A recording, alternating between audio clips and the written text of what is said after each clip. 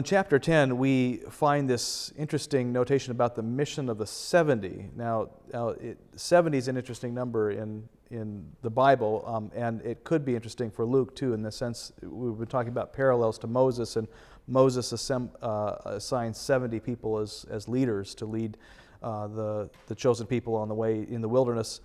It's also was thought to be the number of the nations. There's 70 Gentile nations, but other manuscripts read not 70 but 72. And Bruce, I've heard you, not in your commentary but elsewhere, draw some intriguing conclusions from that 72. What can you tell us about Yes, that? I go for the 72 in this particular case, though clearly it's unprovable. But we're sending out 72. I'll go my way at the moment. 72, the very next chapter. So 12 have gone out, and they have had their trial run or their their test, if you will, their dress rehearsal.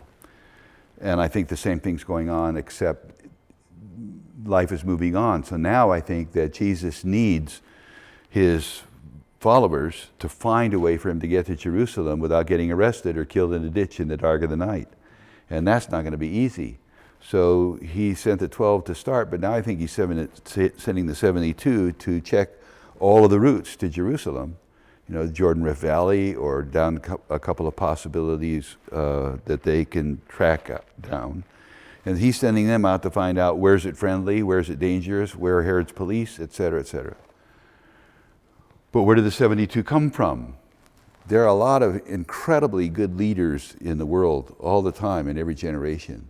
But there's only a tiny handful of leaders in all the history of the world that could lead so well that their followers became leaders and that they started a movement that went on for more than 2 generations. I mean, that you can count those on 2 hands, maybe one. A Buddha and a Muhammad and a few stand out like that, and Jesus is one of them. So my suspicion is that part of his training of the 12 is to train them to train others. So if you take 6 times 12, you get 72. So I think that he's telling each of his 12, be reasonable here, you get 6. And you teach them everything I teach you, and you teach them also to get their 6, and tell them, to teach everybody on their 6 everything that you taught them. And if you do that, I think it takes like 7 layers before you hit 1 million. And so my suspicion is that Jesus' whole plan for the mission of the church wasn't for a handful of us, to be superhuman, and able to capture thousands, that he was sending each of his followers to care genuinely, not, just to scalp hunt, but to care genuinely, spread the love, pick your 6, make sure they know the full scope of the story as well as you can possibly teach it and as well as you've been taught, and tell them to do the same, and that's how it would spread. But same instructions, don't get arrested, And they do so well that he probably has the high point of his whole ministry when they come back. Right. So, they're probably thinking that's a tall order, but Jesus is saying, well, that's half of what I got. 6 beyond your immediate family, by the way. Oh, we can't count wife and kids? You can, but it's cheating. Oh, darn. Nope, that is also comforting, I think, to think about, well, all we've got to do ultimately is try to reach out to 6 in a deep way. Yes. We wouldn't have near as many exhausted pastors if everybody was doing their part, right? That also seems to be a good basis for a small group, too. You have the 6 + 1, you have 7 people. That's a great size for a group that can actually get to know one another deeply, and yet have enough diversity that you can really get to know a number of points of view.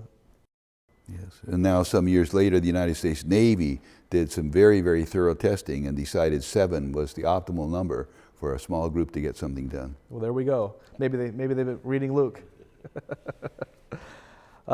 So there's a lot going on in this story. One of them is kind of curious too, that he has these woes to various cities, amongst which is Capernaum and Bethsaida, where he's spent quite a lot of time. It's particularly Capernaum. I mean, that's been the basis the chief town of his ministry in Galilee.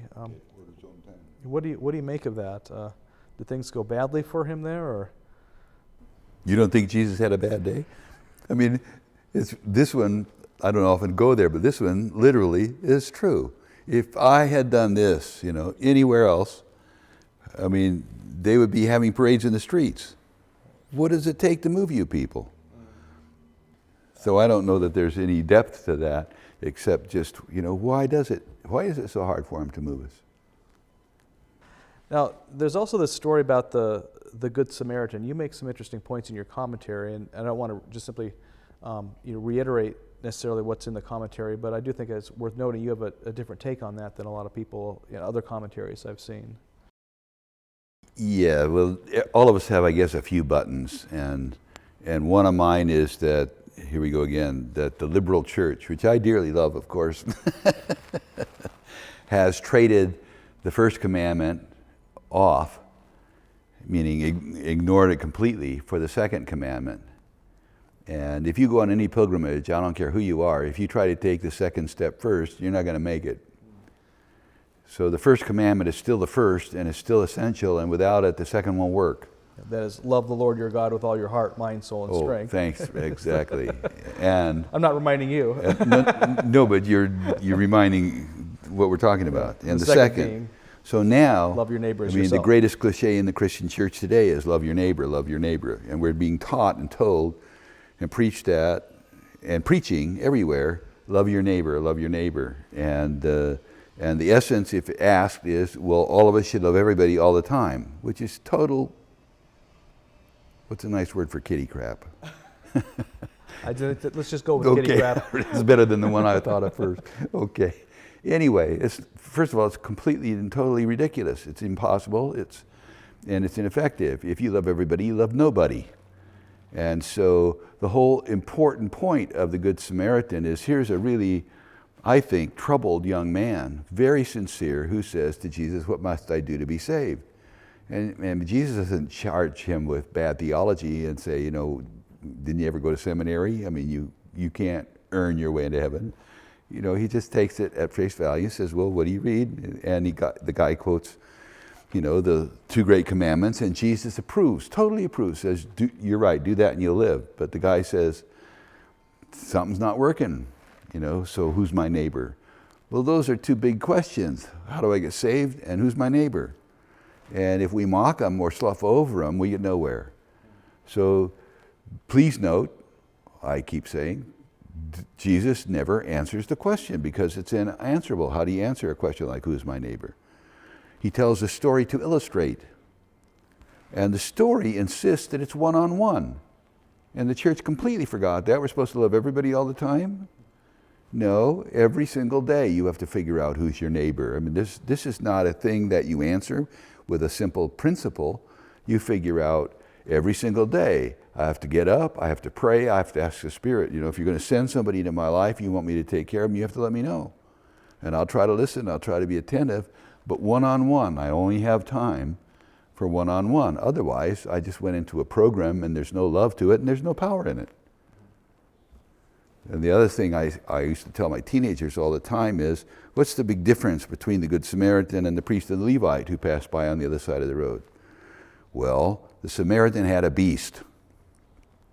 It's 18 miles from Jerusalem to Jericho on a hot road, dry, steep, no shade, no shelter, to this day, no place to stop, no place to get a cup of coffee.